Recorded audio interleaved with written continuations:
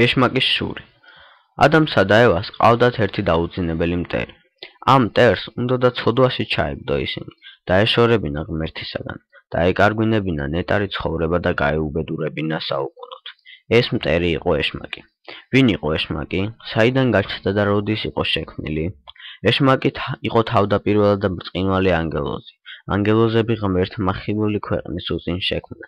ანგელოზები არიან სუნი, უსხეულონი, უხილავნი, წმინდანი, გონიერნი, თავისუფალნი და ემსახურებიან ქვეყნის შემოქმედს.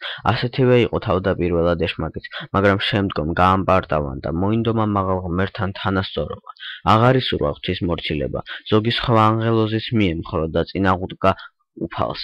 ამის გამო უფალმა იგი თავისი მომხრეებით ურს დაწყევლა და ციდან უმსხვილში ჩაყარა. ამის შემდეგ ეშმაკი გახდა სული ბოროტი, რომელიც ღვთის ყველა ქმნილებას ემტერება, გამუდმებით იმას ცდილობს, რომ ადამიანს ცუდი აზრები დაუბადოს გონებაში, ბოროტი განზრახვა ჩაუწოს გულში, მანვე საქმეები ჩაადენინოს და გააუბედუროს.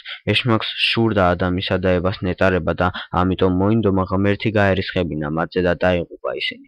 თავისი ბოროტი განზრახვის შესასრულებლად ის შეძრა გველში და შევიდა სამოთხეში. გველმა, რომელშიც ეშმაკი იყო, იპოვა სამოთხეში აკრძალული ხე და მისი გვერდითა ხეზე ავიდა.